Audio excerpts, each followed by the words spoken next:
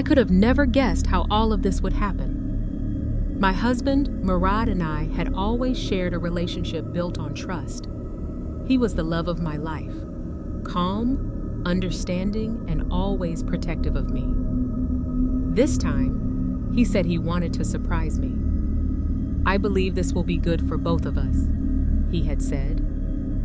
He had chosen a small, quiet hotel located in the middle of snowy mountains, a place to escape work stress and breathe fresh air. Getting there wasn't easy. There was only one transportation service that came every few days. The snow kept falling harder as we made our way there. Even during the journey, everything started to feel strange. The trees trembled in the wind, and in the darkness of the night, the road seemed like an endless void. The air was getting heavier.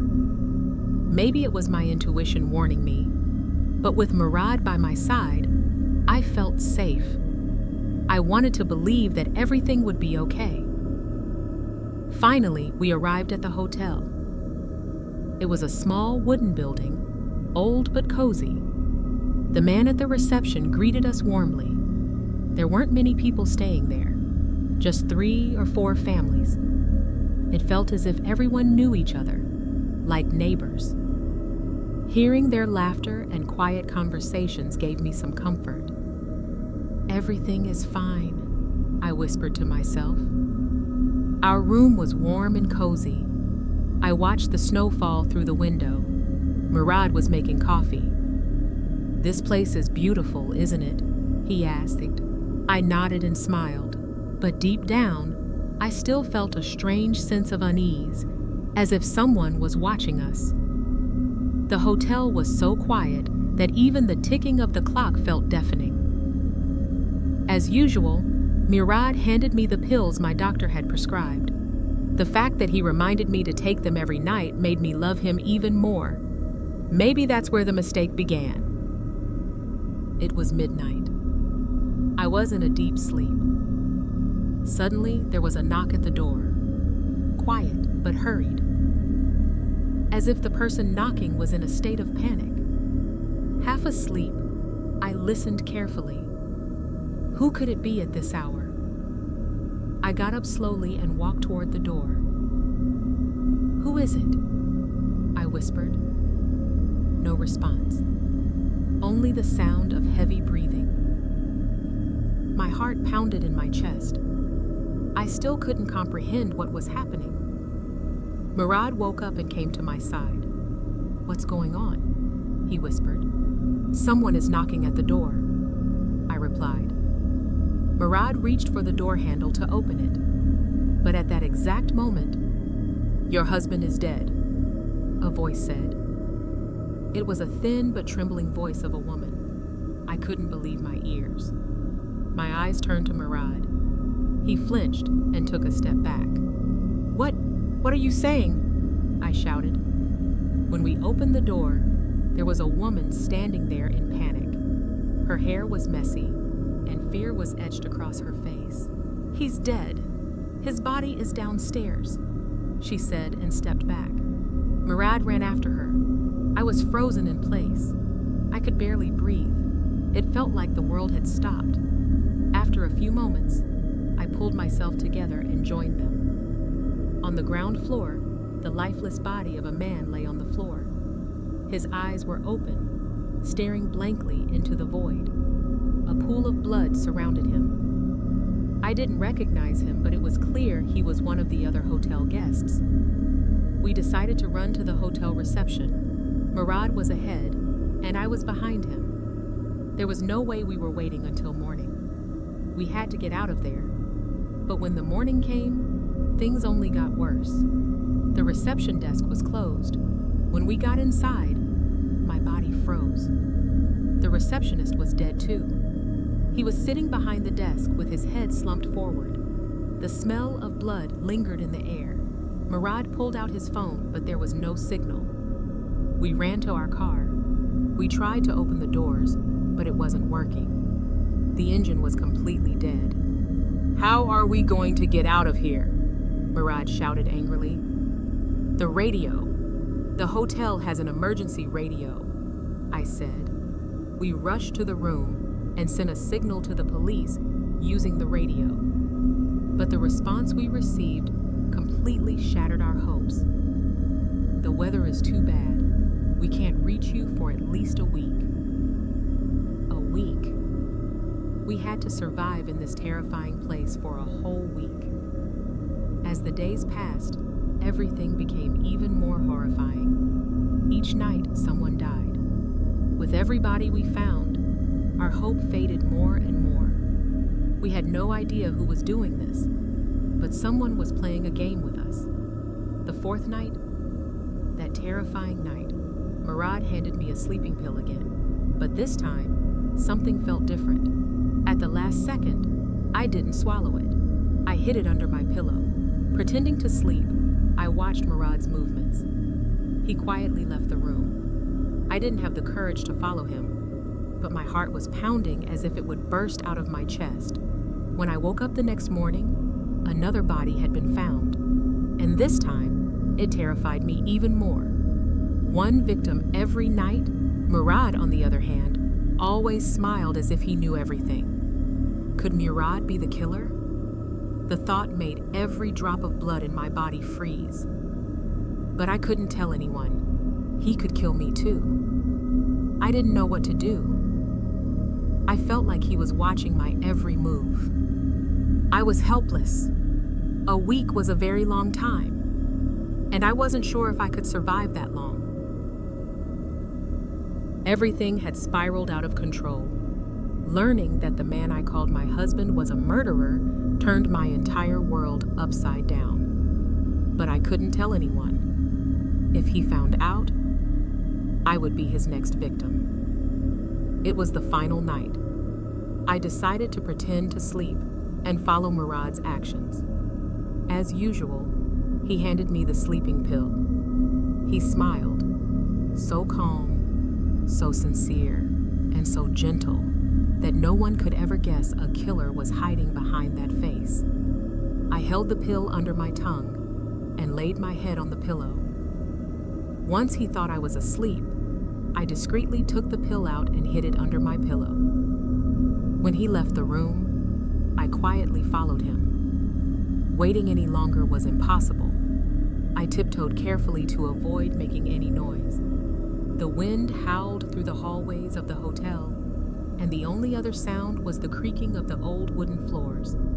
I saw Murad heading downstairs. I hid in a corner and watched him. He entered one of the rooms. The hallway was pitch dark. The shadows on the walls looked like human figures. I held my breath and approached the door. When I peeked through the gap, what I saw froze me in place. He killed someone. I was paralyzed with shock. Struggling to keep my composure, I quietly made my way to the other end of the hallway. Murad left the room and headed back toward ours. When he realized I wasn't there, he checked under the pillow and found the pills I had hidden. He knew that I had discovered everything. I turned and started running. My heart pounded in my chest. Everything was dark. Footsteps echoed behind me, fast, angry. I could feel his breath right behind me. I ran into one of the rooms and locked the door from the inside. I tried to calm my breathing, but then I heard his voice from the other side of the door. "I love you," he whispered, "but knowing this much is dangerous for you." He pounded on the door, once, twice, over and over.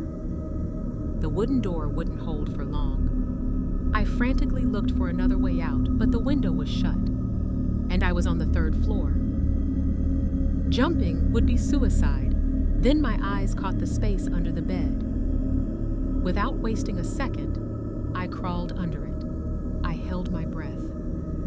I waited in silence.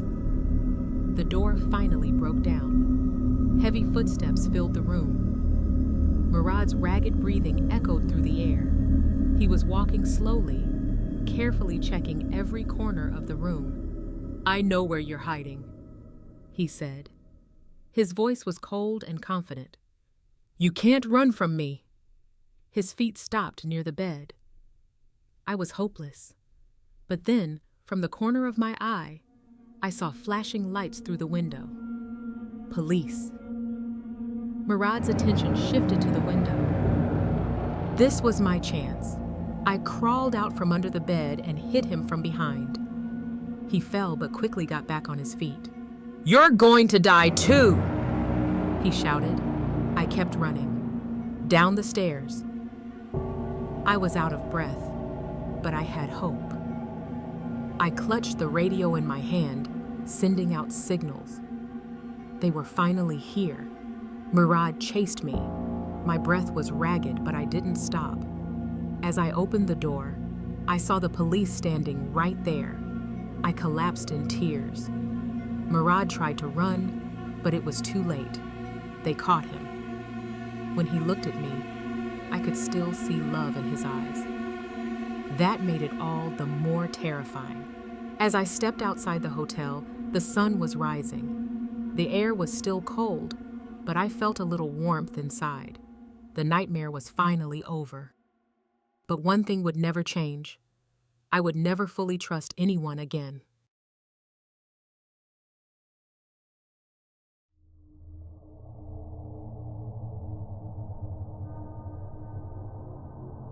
I went to that hotel simply to find a quiet place. I wanted to get away from the noise of the city and my exhausting work schedule, to relax for a few days. I did a lot of research online and finally found a small but cozy hotel located on the edge of a forest, a little outside the city. The prices were reasonable too. I arrived there in the evening. The hotel was old but clean and well maintained. The receptionist, a middle-aged, quiet man, greeted me with a reserved smile, took my passport details, and handed me the key to my room. The room was on the second floor. I walked down a long hallway and unlocked the door. Inside, it was just a normal hotel room. A single bed, a wooden desk by the window, an old armchair, and a faded mirror on the wall. Everything seemed ordinary, but for some reason, I felt a strange uneasiness, like something had happened in this room before. I quickly brushed off the thought, unpacked my things, and plugged in the kettle to make some tea. The silence was incredible. From the window, I could see the dense forest stretching out in front of me. In the darkness, the trees looked taller and eerier, but I tried not to think too much about it. I sipped my tea and tried to read for a while, but exhaustion soon took over. I put my phone on silent mode and got into bed. Sleep came quickly, but in the middle of the night, in the complete silence, I heard a sound. It was faint at first, but then unmistakable. Something moved inside my room. I opened my eyes. The room was still dark. At first, I thought the sound I had heard was just my imagination, a trick of the mind between sleep and reality. But then, the armchair creaked. My whole body froze. I lay completely still in bed. Was someone in the room with me? I listened carefully. For a few seconds there was nothing, but then I heard it. A slow, quiet breath, and it wasn't mine. Fear gripped me. My muscles tensed. Slowly, I reached for my phone on the bedside table. The moment my fingers touched the screen, the chair creaked again. It was a clear sound, unmistakable, as if someone was rising from the seat. I took a deep breath and turned on my phone's flashlight. The room was just as it had been before. No one was there, but the armchair. It had shifted slightly from its original position. Cautiously, I sat up. My eyes scanned the room. I checked the closet. It was empty. Then I moved to the door, locked. But I was sure I hadn't locked it. That's when I noticed something strange. My reflection in the window's glass. Something was standing behind me. A cold shiver ran down my spine. My breath caught in my throat. I turned around instantly. Nothing. The room was empty. But when I looked outside in the darkness below, I saw it. A shadow. Someone was standing there, looking up at my window. And the most terrifying part? There was something disturbingly familiar about them. Had someone entered my room while I was asleep? And if that person was now outside, then who had moved the chair? Or worse, were they still here, somewhere I couldn't see? Fear consumed me. I was sure I had been alone when I went to bed, but now everything pointed to the opposite. The shifted chair, the open door, the breathing, and the figure outside. I kept my eyes on the window, my heart pounding. The figure stood motionless, facing my room. I couldn't see their face, only a dark silhouette. Slowly, I stepped toward the door. My fingers trembled as I reached for the handle. It was locked, but I knew I had not locked it before. I unlocked it as quietly as possible and stepped into the hallway. It was empty, silent, but something about that silence felt wrong. It wasn't the peaceful kind. It was the kind that made you feel watched. I walked quickly down the stairs, reaching the reception desk. There was no one there. The place looked abandoned, yet I knew the hotel was operational. My eyes darted around. Then I noticed something on the desk. A handwritten note. If you hear something unusual at night, remain calm.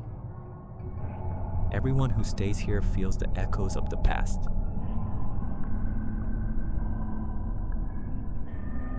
A chill ran down my spine. I wasn't the first person to experience this, but who else had? And more importantly, what had happened to them? Then, behind me, footsteps. Slow, deliberate. I didn't turn around. I couldn't. I bolted for the door, yanked it open and ran outside. The cold air hit me, but I barely felt it. I reached my car, jumped in, and locked the doors. My breath was ragged, my hands shaking. I didn't drive. I just sat there, staring at the hotel, waiting for something, anything, to move inside. Morning came, and in daylight, everything seemed normal. Guests walked in and out. The receptionist was at his desk, acting like nothing had happened, like the night before had been a dream. I hesitated before going back inside. When I finally did, I asked the receptionist about what I had experienced. He listened patiently, then simply said, "People sometimes see things here. They hear things, but they always leave, and they never speak about it again." His voice was calm, too calm. I turned one last time to look at the hallway leading to my room. Everything seemed normal, ordinary, but deep down, I knew. Last night, I had not been alone. And the worst part? As I drove away, I glanced in my rearview mirror.